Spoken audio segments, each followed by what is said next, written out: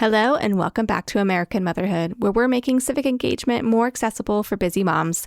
I'm Bethany, and I'm so glad you're here. Hayley is joining me today as co-host, and we're two millennial moms from Central Ohio, asking questions, seeking answers, and learning right alongside you. As we prepare to meet our Ohio candidates, we wanted to learn more about the campaign work happening behind the scenes.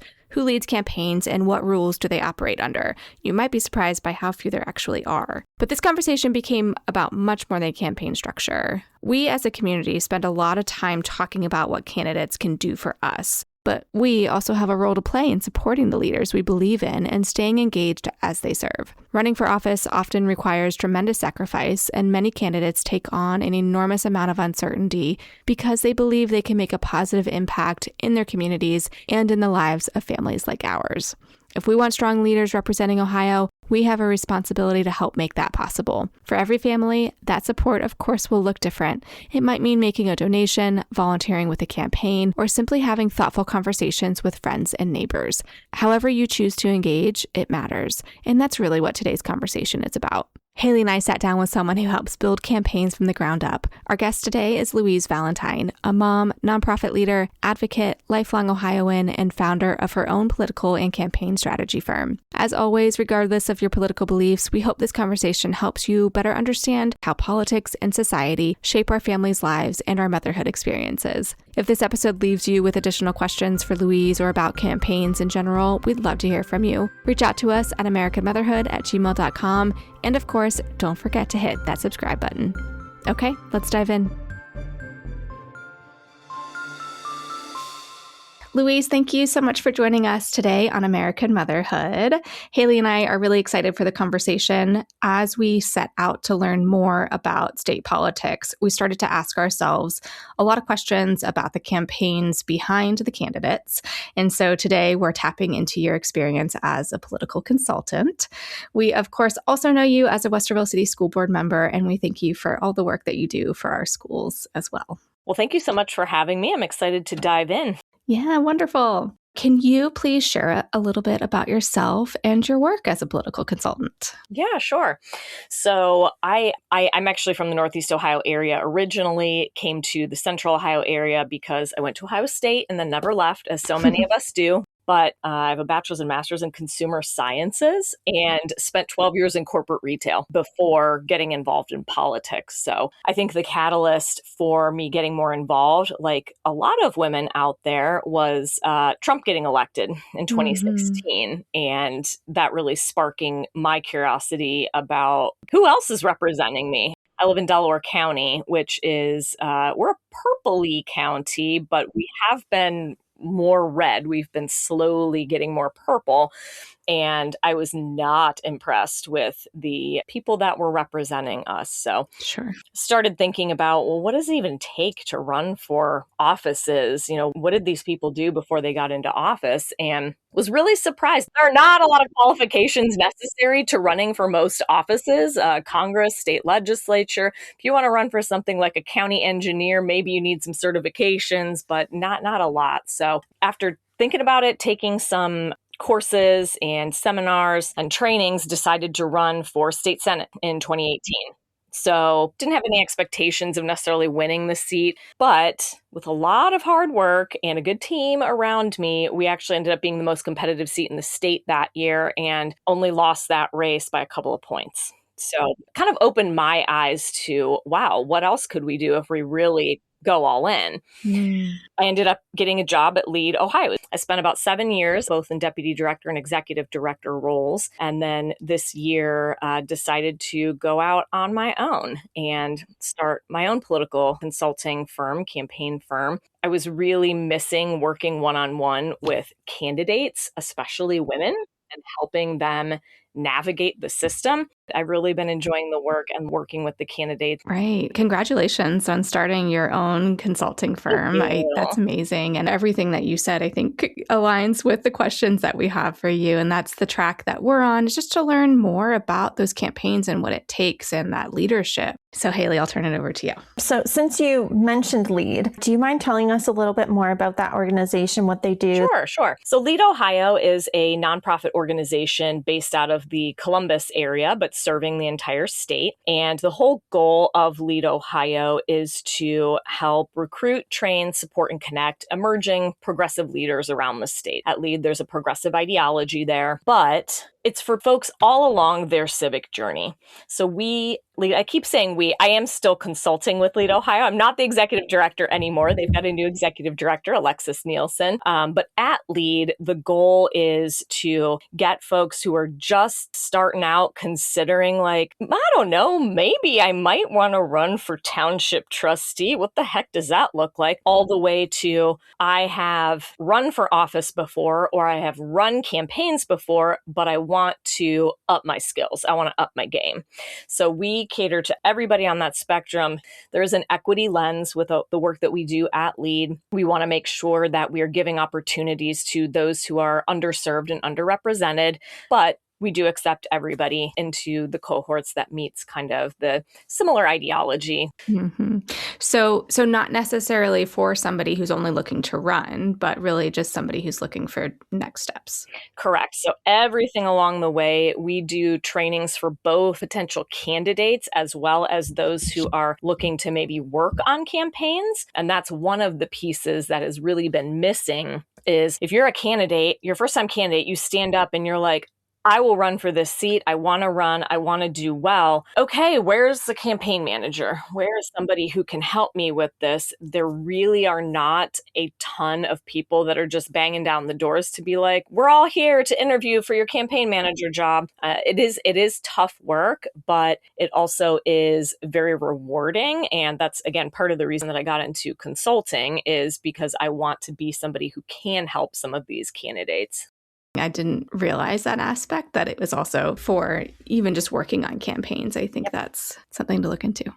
So we had heard about the Women Leading Ohio program at Lead. Yeah. So what does that do specifically for female candidates? Yeah, Women Leading Ohio is a program that's specifically funded to and caters to women who are interested in getting more civically engaged. So we do kind of an introductory 60 to 90 minute class that goes over basics, and we assume you know nothing. Trying to demystify the process, because that's one of the barriers for women, especially getting involved, is if women don't know the answer to all 10 of the questions about how do I run for office, they're probably not going to get in the game. We also provide 201 sessions, if you will, which is I've decided to run, what next? Like, I know I need petitions and I got to think about, fundraising and stuff, but realistically, what are my next steps? How do I launch? How do I start fundraising? So we go a little bit more in depth with those. The goal, obviously, is to get women who are interested and want to make it to that 2.0 stage into the full-blown Lead Campaign Academy, because that's over 50 hours of campaign training, which I also like to point out is free. We're not selling anything but democracy. Lead Ohio fundraises to be able to pay for that for folks. Wow. The other piece to Women Leading Ohio is our Women's Progressive Leadership Circles. And that is kind of continuing on with, you're a candidate, but one extra thing that women in particular really need is camaraderie and support from other women who are in a similar boat that they are. Running for office is a very lonely place, especially as women and especially for women of color. And having a support system, or what I like to call the women's candidate therapy group, because all of those women that are there, they're going through it with you and they understand and they know, and they can either help provide solutions or at least just listen. We are taking applications now. If you go to leadohio.org, if you are a candidate this year and you want to join our support groups, again, they're free. We meet once a month. We will have some in Central Ohio and one in Southwest Ohio as well. So understanding that Lead does cater towards those progressive candidates, is it open to all candidates? So it is open to all candidates. We have a few questions that we have you answer on the application. We really want to make sure that the candidates that we are helping and working with are dedicated to pro-women and family policies. So, I think one of the questions is that you support family leave policies for all women, that sort of thing, that we need better options for childcare in, in Ohio. So things like that. So next I want to kind of understand how candidates and issues ultimately end up on our ballots. What are the first steps when someone decides to run? Yeah, great. This is my jam right here. I can do this. When you first decide to run for office, so let's say like this year, we had a lot of state representatives that are on the ballot. The window has already closed if you would like to be on the ballot as a state representative. Those forms were due back in February, but let's rewind and go back to, let's say, December. The first thing that you need to do to actually get your name on the ballot so people can vote for you is you do need to pull petitions. Now, again, what are petitions? These are things that we talk about in our Women's 101s. A petition is just a legal document that you get from the Board of Elections, and it has information that you fill out about yourself on there, who you are, where you live, what you're running for, when the term is up, and if it's a political party position, what political party you're running with. And then you get signatures from folks that are in your district of your same political party or unaffiliated. And they are basically signing that document to say, I am a certified elector and I am saying that I would like to see you on my ballot. They're not saying they would vote for you necessarily. They are just saying, I want you to have the opportunity to be on the ballot. And it's really easy. They sign it, they put their address in and the date. That's it. There's always a deadline by when those signatures are due. And once they are validated, you will receive notification that congratulations, you are certified and your name will officially appear on the ballot. So that's really it. You gather those signatures up. Some offices have a very low number of signatures. If you're running for like township trustee, it's 25 valid signatures. Or in my case, when I ran for Westerville City School Board, the number of signatures is based on the enrollment of the district. I had to get 300 valid signatures. So I turned in over 700. So that took a little longer. Sure. But the signature part is just, that's step one. Okay. So is that a general rule that the signatures, like if you're running with the Democratic Party, that the signatures have to be affiliated with the Democratic Party or unaffiliated? But what I'm hearing or understanding is they can't be Republican. Correct. Now, if you are running in like a school board seat, for example, or a township trustee seat, or most city council seats, those are nonpartisan elections. You don't have to worry about that. For nonpartisan elections, you can get signatures from anybody who's a voter. So if you have a Republican neighbor who still supports you as a leader for our state, they cannot support you in that way.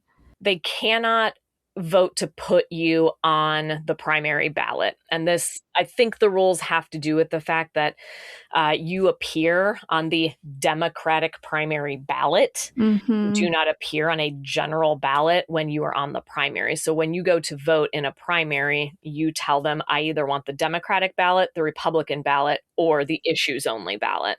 So I think that's the reason for it, because anytime you're running partisan, you're going to have a primary. Even if there's nobody opposing you, you're going to be on the primary ballot. And from the beginning, it is, one party supporting their candidate. Correct. Well, it makes sense to me too, because I could see why you wouldn't want the Democrats deciding on the candidate for the Republicans, because they could choose somebody who they know is going to be problematic for the other party. So I can see why that would be the process. So once they get their petitions filed, which that's a lot more simple than I was expecting for a first step. So once they get through that, what did these first maybe couple of weeks after that look like for them as they get started? Yeah. So you want to be, everything you do in your campaign needs to be geared towards one thing, and that is talking to and reaching voters. Everything else you do in a campaign is geared towards ultimately that one big goal. So fundraising, the only reason you're fundraising is so that you can buy things, so that you can reach more voters, so that you can pay for postcards, so that you can pay for digital ads, you can pay for a name tag so that when you're out and about, people can see that you are the candidate. And, events, that's all for visibility so that people can interact with you. They see that you're out. All of that is about reaching voters. So in those first few weeks, and really you can start the things that I'm about to talk about in conjunction with getting those petition signatures signatures. One of the forms, the designation of treasurer form, that is another like legal form that almost everybody will need to file when it comes time for fundraising. The treasurer is somebody who knows their way around a spreadsheet and is good at organizing invoices and bank statements. That person is going to be responsible for filing your campaign finance reports to show what money's coming in and what money's going out. So there's no qualifications other than you got to trust that they're going to be organized and they can do things on time and know their way around a spreadsheet. So you file that form saying, I'm the candidate. I'm going to choose a name for my committee. So your campaign has to have what's called a committee name. It has to have your last name in it, but other than that, you can go wild. And then you input your treasurer's information. So that establishes like you are a legitimate campaign committee that can raise money. What I will say is that some folks who run in small races, maybe some township trustee or small school board races, they may not raise any money or want to raise any money. If you are planning to just self-fund and maybe you throw in a couple $100 so that you can, I don't know, get some cards to leave at people's doors, you do not have to file that form if that's what your plan is. But for anybody who's running this year, county races, statewide races, state ledge races, that has to be filed before you raise or spend a single dollar. So that is one other kind of piece of paperwork that will need to be turned in. The other thing that is pretty important at the beginning is just getting started networking. Let's say you're running for a state legislative seat, taking a look at what all's included in that district. What school districts are there? What municipalities are there? Who are the big players in the party that you are running to represent there? And just starting to meet with folks, meet with past candidates. Learn as much as you can about both the district and the experience of those that have run before so that you have a better idea of what to expect. In those first several weeks and months, it's a lot of coffee dates, meeting with folks. But campaigns are, I hate to say it, but it's more about who you know than it is what you know. Mm-hmm. Obviously, there's some what you know in there as far as, needing to make the ballot and do a good job in your campaign. But the who you know is as important, if not more important. So the networking is huge, especially in the early days of your campaign.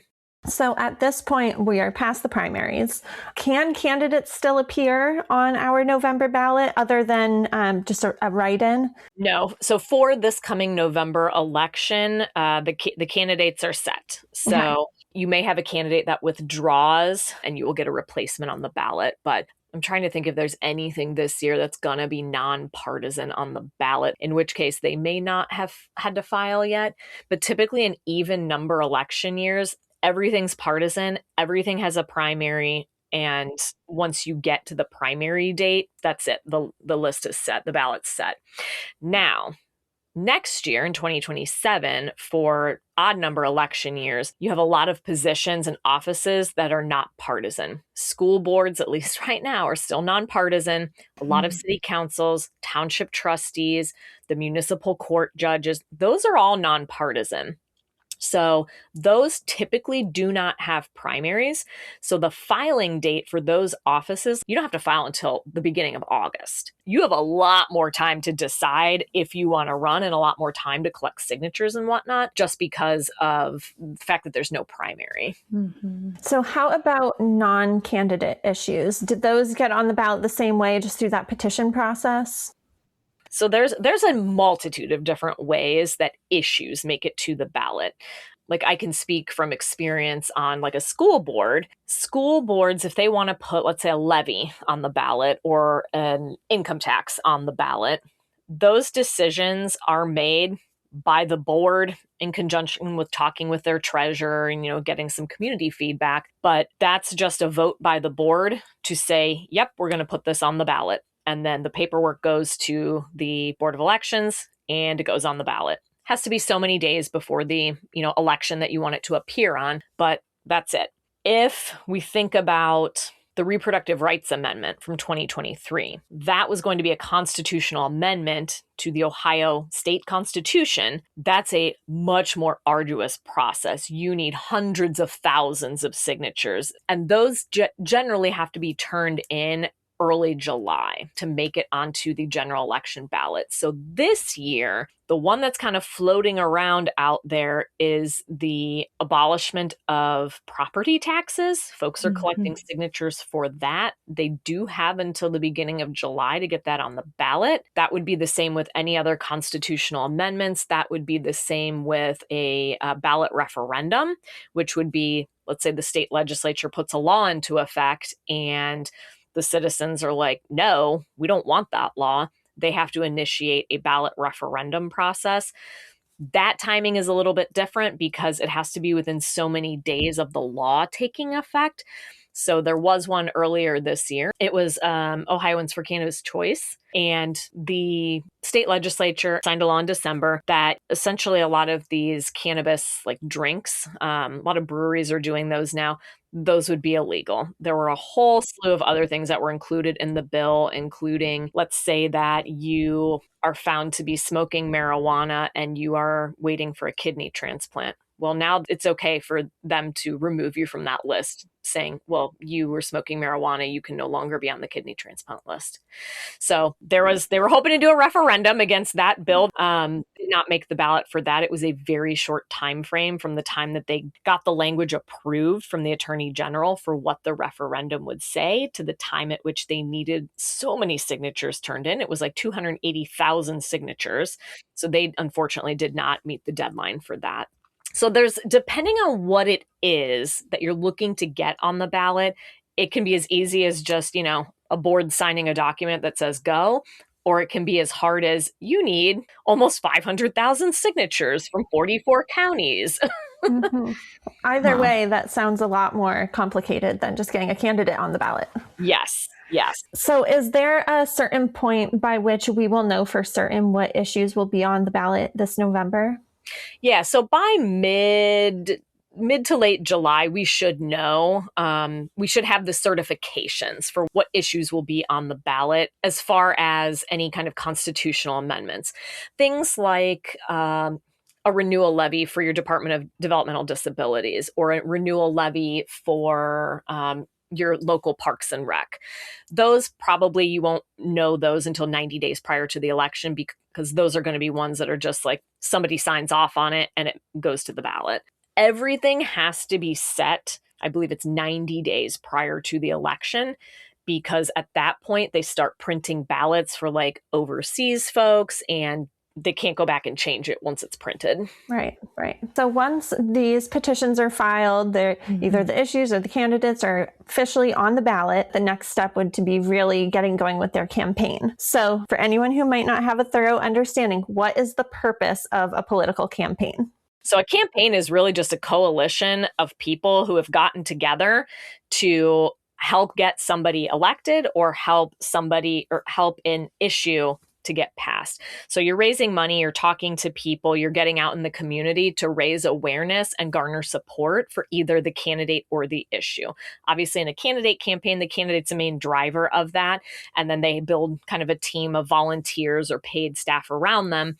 With a issue, it's going to be more of a coalition of community members, or, in the case of, let's say, your local Parks and Rec department, it'll be the people that are on that Parks and Rec board getting a coalition of community members to, say, rah, rah, we need this. That's really the entire point of the campaign. And then, so the people who are actually running the campaign committee, what is the typical structure of that? Like, what types of roles do you usually see? What are the responsibilities of those people? This is my favorite line, and we use this at LEAD all the time, is it depends. There's so many depending factors. If you are running in a small city council race, a school board race, you are likely going to have zero paid staff, because it costs a lot of money to have paid staff. You may have like a consultant, such as myself, but for the most part, you're not going to have paid staff. It may be where you have a best friend who is just really excited to see you run, and they help with the day-to-day activities of the campaign. They may help you with scheduling different events throughout your school district, connect with donors, all kinds of different things. If you are in a larger campaign, so let's say you are now at a competitive state leg seat, you're probably going to have a paid campaign manager. You're probably going to have some paid consultants, general consultants, maybe a digital consultant, a mail vendor consultant. You may have a finance director, which is somebody that kind of keeps you on task with fundraising, helps to make sure all the things are in order in terms of your finances. Somebody who handles your social media. There's a lot of different jobs that could be had in campaigns. They're not necessarily all filled because it is expensive. If we're talking about, let's say, Sherrod Brown or John Husted, for example, at a big time Senate race, you probably have a staff of 50 people on your team. You've got a political director, you have a finance director, you have an organizing director. Then you have people under them who are doing more day-to-day activities that then report up into those directors.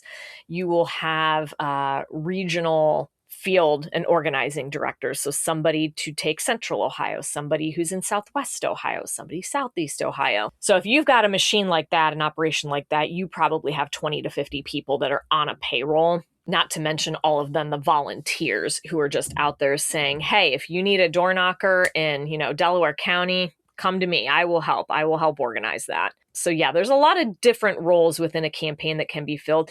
The one that is most often the first one filled, whether it's paid or just a super volunteer, is going to be the campaign manager role, which is that person that is just keeping everything on task, keeping a calendar, making sure that you're all marching to the same beat. You're on a timeline, you're on a budget, and you're moving in the right direction. And that's similar for an issue committee as well.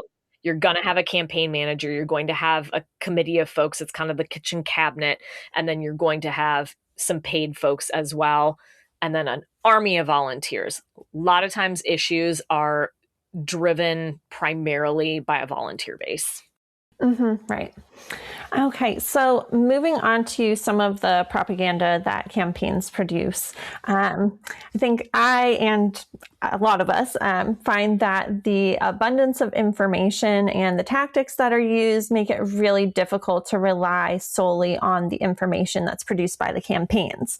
So how can voters find information about candidates and issues that is reliable, comprehensive, and unbiased? Yeah. So there are still some news outlets that do a good job of providing just factual information about candidates. I'll use the Columbus Dispatch as an example. They ask a set number of questions, like they have, maybe 3 or 4 questions that they ask all the candidates that are running for that particular seat. And they take the candidate's exact answers and they publish it. So you're hearing directly from the candidate what they think about, property taxes, or why they think they're the best candidate for this role.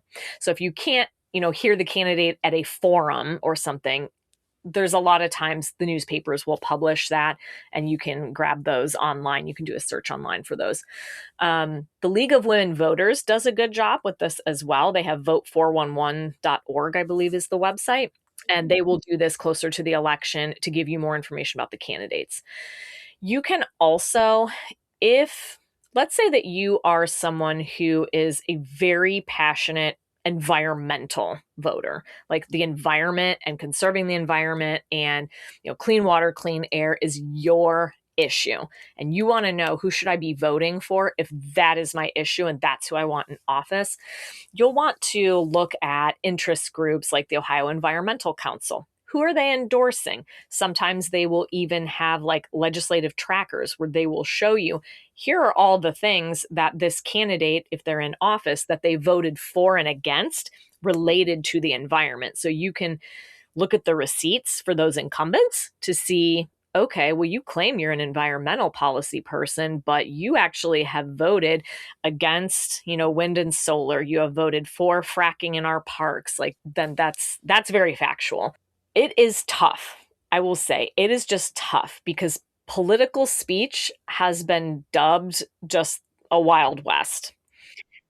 You can say whatever you want. You can make up whatever claims you want about people, and it's all considered free speech. You can say whatever you want, and it's all fair game. And I personally think that that needs changed, but there's been court cases on it and they've left it as such. So it is difficult to kind of find that out. That's one of the things that I really think is helpful for candidates, especially, is going canvassing and meeting those folks at their doors. When you have a conversation with a voter, you show them, I am a real person. I can answer your questions directly, and you can see kind of my demeanor and how I am. That is something so beneficial in changing a voter's mind or reaffirming what they thought of you, is that one-on-one interaction. The same thing with having friends and family who are willing to go out and vouch for you, text their friends and family and coworkers to vote for you. It's called relational organizing, but having folks that know the candidate that are willing to do that makes it that much more likely that those folks they're reaching out to are going to vote for the candidate. So let's say someone, and particularly a busy mom, finds a candidate or an issue that they really feel passionately about, but like serving on a committee, something that big just is not in the cards for them. Yeah. So what are some high impact but low time ways that they could get involved and support the campaign? There are a multitude of ways to get involved in a campaign. First of all, if you do find a candidate that you are like, yes, this person is amazing, go to their website and they usually have a button to sign up to volunteer. And you can check off options that say like, I would be willing to write some postcards, for example. Postcards are great. They're a way that folks can put in a little bit of time to do something for the campaign. They can do it at their own pace, and you can do 25 postcards this week, and then maybe you can't do any more for a month. Great, then we'll give you another 25 in a month, and you can do that. If you're paying for the postage on those as well, that's fantastic because that's something that the candidate doesn't have to pay for. So postcards are fantastic, especially if you are writing them for people in your neighborhood, people that know you. Again, that relational piece is super influential. So that's an easy way to get involved. Another way is if there are phone bank opportunities. Phone banking just means that you get a list of people to call to ask them to vote for said candidate or vote for said issue. And you call through those. You will have a script that's provided for you that says, here's what you need to say. If any questions come up that you can't answer, then you just take those down and take them back to the candidate or the issue committee so they can follow up. But again, that's something you can do on your own time.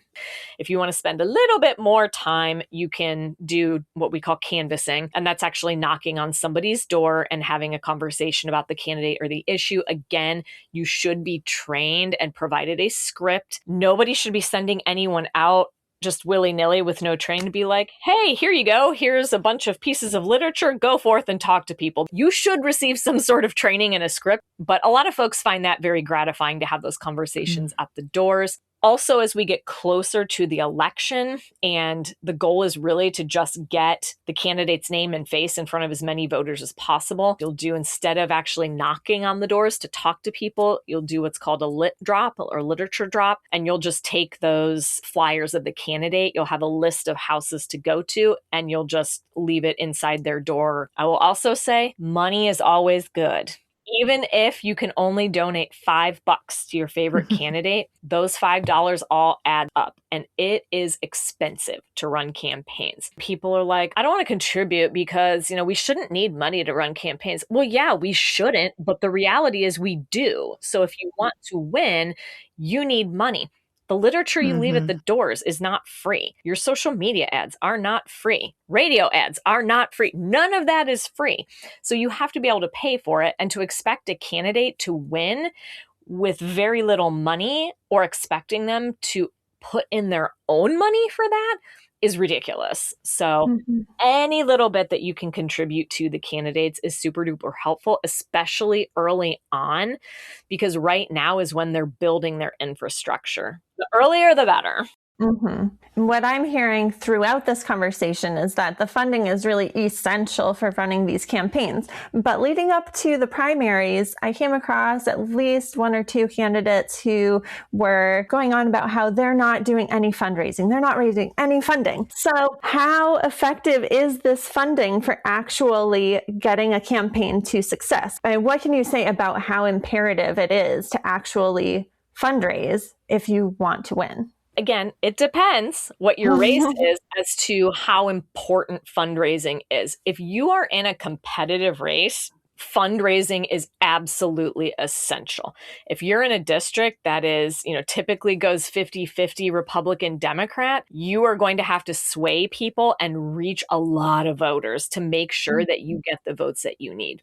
If you are somebody who is sitting in a district where, let's say it's an 80% Republican to 20% Democratic district, and you're running as the Republican there, yeah, you're not going to have to fundraise a whole lot because the dynamic of that district is that it is drawn in a way that you're going to win no matter what. So you may not need to raise a whole lot of money. Maybe you buy some yard signs, you go out there and you march in a couple parades or whatnot, but you're not going to need to do a lot. So it does depend on what's going on there. If you're an incumbent, and you are in a relatively safe district, maybe it's a 60-40 district, you are going to have to raise some money, but you're not going to have to raise nearly the amount that you would if you were an unknown commodity. Incumbents it's easier to be reelected as an incumbent than it is as a challenger or a newcomer. So for anybody who is truly wanting to mount a campaign to especially flip a seat, you have to have dollars. You have to have the dollars. How can somebody verify that they are donating to a legitimate campaign? Oh, you can actually look up the campaigns on the Secretary of State's website or your local board of elections. So when they file those designation of treasurer forms, that's all public record. So those are published. If you go to the Secretary of State's website, there is a space on that website where it has campaign finance reports. And you can type in just maybe the last name of the candidate you're looking to donate, and it will bring up any committees that have that name in it. You click on the committee and then it will show you contributions, expenditures, reports filed, so you can verify that that is actually the candidate and this is actually what they're running for. When making a donation to a campaign, something that I came across and was a little bit confused by, why do you have to provide your employer name and occupation? That's a great question. It is required by state law.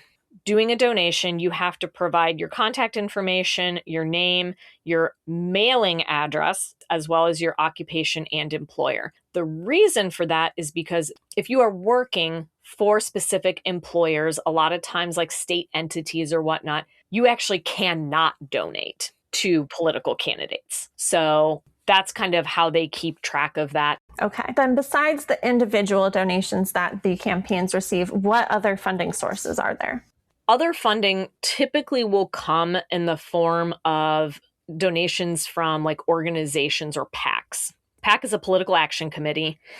So a lot of times if you are endorsed by an organization with a PAC, they may contribute to your campaign. That's where a lot of larger donations can come into play. If you are endorsed by, let's say, the AFL-CIO of Ohio, they're the umbrella labor organization, they may give you $5,000 for your campaign.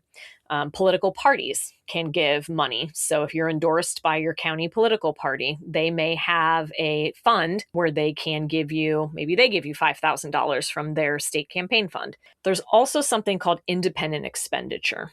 And some candidates get confused because they may get endorsed, let's say, by the AFL-CIO, labor union organization. And they're like, they won't give me a check. They endorse me, but they said they're not giving me a check. That's not necessarily because they're not investing in your race. They may be doing what's called an independent expenditure that they cannot actually tell you about because they can't coordinate with you on it. An independent expenditure is an expense that organization is doing on your behalf, but at their own behest. So maybe they want to do a whole mail campaign to all of their AFL-CIO members. They can't coordinate with you on that. So they may spend $30,000 on that you just won't know about it unless somebody says like, hey, look, I got this AFL mailer and it's got your face on it. So for candidates, I want them to know that it's not always the case where the person who's endorsing you or the organization who's endorsing you just simply is like not giving you anything.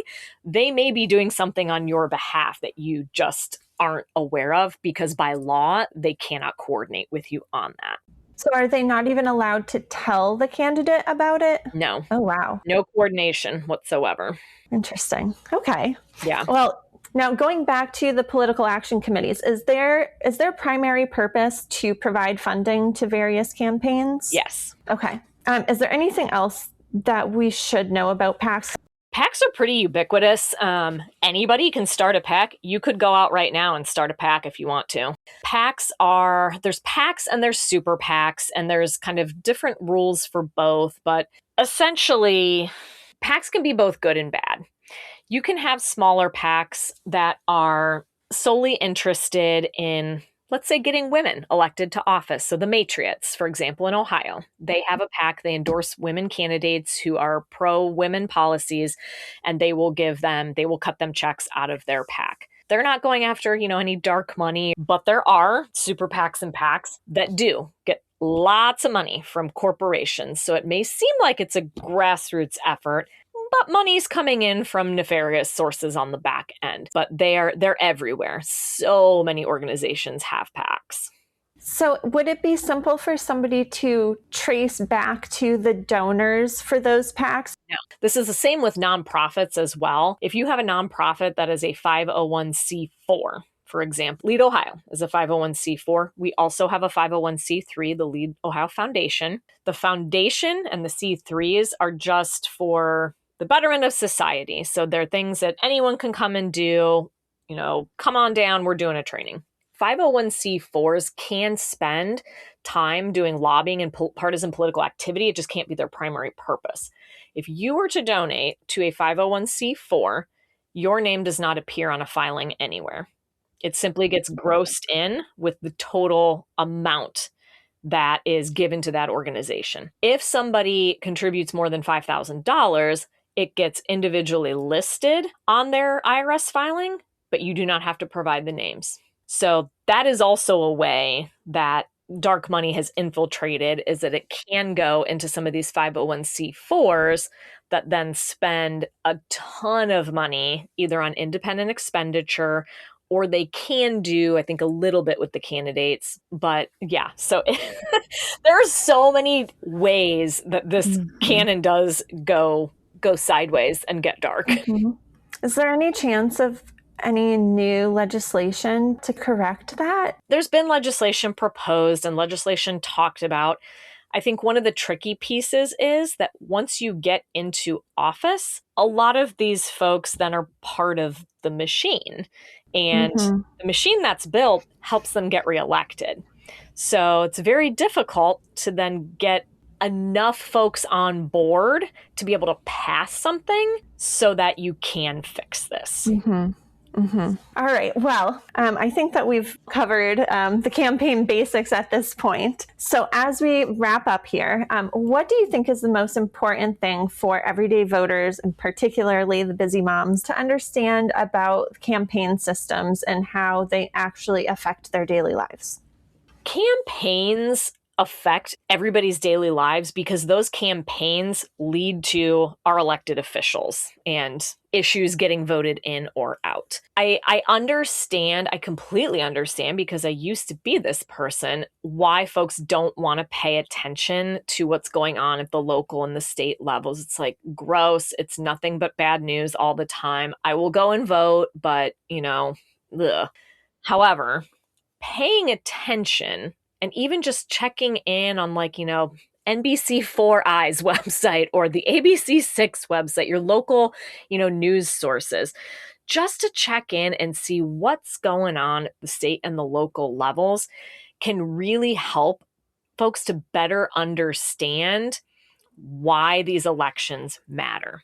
Elections have consequences, and we have seen that over the past decade more so than in any other time in our lives, that these elections have direct consequences. Elections for issues have direct consequences. I will take school levies because I'm intimately familiar with those. We need money to operate and to provide a certain level of, teaching and learning for our students, a certain level of activities for the students. And if you don't have the money for that, it doesn't come out of the ether. So if your child is going to a school where they don't have the resources to provide them with, certain therapies, or there's not extracurricular activities and whatnot, that impacts your daily life as a mom. And the reason that we're in that position of having to go on the ballot for all these property tax and income taxes is because the state legislature is failing to fund schools at the rates that they should. There are state legislators that folks, I am sure, have voted for that have no clue that that's what those legislators' main mission is to dismantle public education. Mm-hmm. So having some awareness around that. And a lot of times it just takes a couple of, Google searches of who's on your ballot to figure out like, oh, like I was going to vote for that person, but I am seeing that they really don't want to fund public ed. Maybe I should consider the other candidate. Everything. I mean, from healthcare to education to, veteran services, there are all pieces of budgets and pieces of legislation that affect this. And believe it or not, most of the things that are going to affect you on a day-to-day basis are coming from your state level. That's why the state legislature is so important. So I would just encourage moms out there, you're sitting at your son's baseball game and it's in between innings, do a couple quick Google searches, look at your local news, just check out what's happening.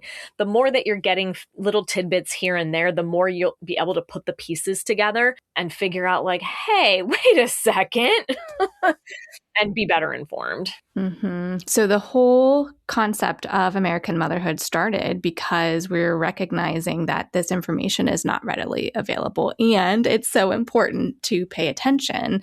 And so as we get into this election cycle, we aim to interview a lot of our candidates, especially those that are really competitive, with the purpose of getting their voice, whatever it is they personally believe in and the issues that they are promoting, out to our busy moms, because it does take time to learn and to follow these issues.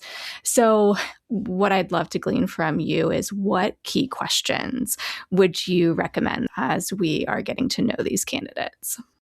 Asking a candidate, like, why are you running, is a very important question, because you will learn a lot from the response. If somebody can actually tell you, I'm running because I saw that my state legislator wasn't doing X, Y, and Z, and I want to fill that gap, you know exactly why they're running. Mm-hmm. If somebody gives you a bunch of random gobbledygook about like, well, we've just have so many culture wars and the state legislature needs change. And it's like, okay, but why you? Mm-hmm. Why are you the person that people should vote for? Like, I don't necessarily care about your explanation of why the seat needs flipped. I care about why you are the person that we should install into that seat. So there's a difference between that. I want somebody who knows exactly why they're running and has a purpose. I think asking them some personal questions, like what's their life like when they're not campaigning,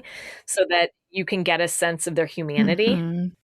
Again, I think if folks aren't authentic, they're not going to give you a very good answer. They're going to kind of blow through it and just want to get on to the next political question, or, they're going to reframe it in their agenda. And it's like, I just want to get a sense of who you are as an authentic human. Mm-hmm. Authenticity is huge in campaigns and for candidates. Yeah. Oh, that's great. One thing that we definitely look for is how have they illustrated their leadership skills in the community, right? You don't have to be an elected official to do that. It goes back also to, maybe what motivates them, what drives them, and how are they bringing those skills to the management of, their city or whatever it is. Yeah. And for moms, sometimes that's a tough question to answer, because for women, especially moms, you're like, well, what kind of leadership have you demonstrated? You're the coach of your 9-year-old soccer team. So you're able to corral 12 9-year-olds into all going towards the same goal. That's a win.